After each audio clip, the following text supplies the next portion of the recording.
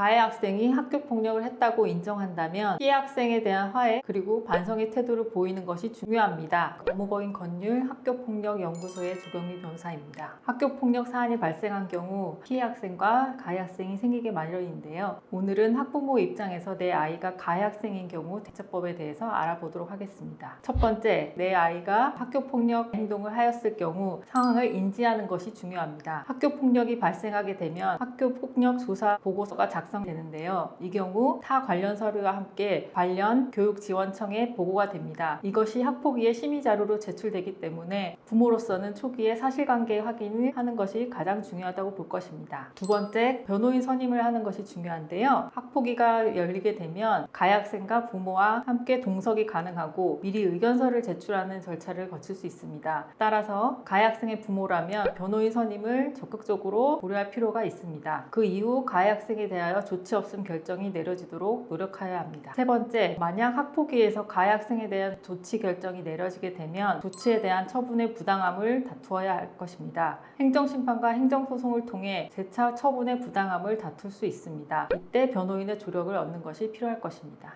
만약 학폭위에서 가해 학생에 대한 조치가 내려졌을 경우 징계 조치가 부당하다고 다투어야 할 것입니다. 학교폭력예방법 제17조에서는 가해 학생에 대한 조치를 규정하고 있는데요. 이 9가지의 조치에 대해서 알아보겠습니다. 첫 번째, 제1호부터 9호까지 살펴보자면 이렇게 정하고 있는데요. 단 제9호 퇴학 처분에 대하여는 의무교육 과정에 있는 초중학생에게는 적용되지 않습니다. 더불어 가해 학생이 받는 불이익에는요, 위 조치들이 우선 생활기록부에 기재되었다가 1, 2, 3, 7호의 경우에는 졸업과 동시에 삭제되지만 4, 5, 6, 8호의 경우에는 졸업 2년 후 삭제됩니다. 단 퇴학 처분의 경우에는 삭제되지 않습니다. 가해 학생은 감정적이고 일관되지 않은 태도를 보이는 경우가 많습니다. 학교폭력 조사 과정에서는 관련 학생, 즉 피해 학생 및 가해 학생의 진술에 의존하는 경우가 대부분인데요. 이 과정에서 피해 학생에 대한 태도가 중요합니다. 이것이 학폭위에서 가해 학생에 대한 조치에 영향을 미치게 되기 때문입니다. 따라서 감정적이고 일관되지 않는 진술은 피하셔야 할 것입니다. 두 번째, 상대방인 피해 학생을 탓하는 태도는 피해야 합니다. 왜냐하면 학폭위에서는 반성의 정도 가해 학생에 대한 조치에 영향을 미치기 때문입니다. 따라서 반성의 태도 및 재발 방지의 다짐이 무엇보다 중요하다고 할 것입니다. 첫 번째, 학교폭력 사안이 발생하게 되면 학교는 사안을 접수하고 학교폭력 접수대장에 기록을 하며 48시간 이내에 교육지원청에 보고를 합니다. 두 번째, 피해 학생과 가해 학생은 3일 이내에 즉시 분리가 되고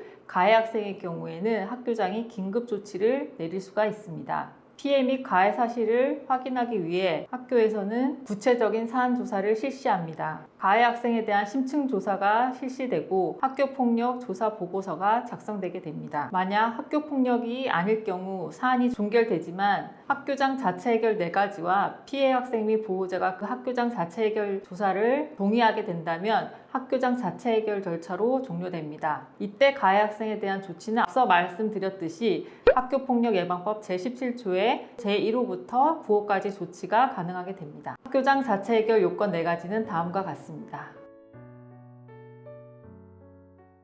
학폭위 심의 원칙은 대면 심의가 원칙이고 학교폭력 사안 조사 보고서가 학폭위에 제출되는 이상 가해 학생은 학교 조사에서부터 학폭위까지 진술이 일관될 것이 요구됩니다. 피해 학생의 부장과 관련하여 가해 학생이 하지 않은 행동이 있다고 한다면 그 구분을 지어 주장하는 것이 필요합니다. 가해 학생이 학교폭력을 했다고 인정한다면 피해 학생에 대한 화해 그리고 반성의 태도를 보이는 것이 중요합니다. 그러한 자세를 보여야 최대한 경미한 조치를 받게 될 여지가 있습니다. 학폭위에 출석한 가해 학생의 부모는 자식과 관련된 일이기 때문에 감정적으로 격해지고 심의위원들이 주로 살펴보는 포인트를 알지 못하기 때문에 학교 측의 대처 미비, 상대 학생에 대한 태도, 상대 부모에 대한 탓만 하는 경우가 많습니다. 자칫 이러한 경우에는 심의위원들의 반감을 사는 경우가 많기 때문에 사전에 이성적이고 전략적인 대응 방안을 수립하는 것이 필요합니다. 먼저 변호사로서는 가해 학생의 일관되지 않은 진술을 보충할 수 있도록 도움을 줍니다. 그리고 미리 의견서 등을 제출하여 학폭위에 심의위원들이 관련 자료를 미리 검토한 후에 당사자를 대면할 수 있도록 학폭위에서 가해 학생에 대한 조치가 내려졌을 때 때문에 그 조치의 부당함을 다투기 위해 처분의 절차, 효력을 정지시키기 위한 집행정지 결정도 필요합니다. 이때 행정심판 또는 행정소송을 제기할 수 있습니다. 변호사의 도움을 받을 수 있습니다.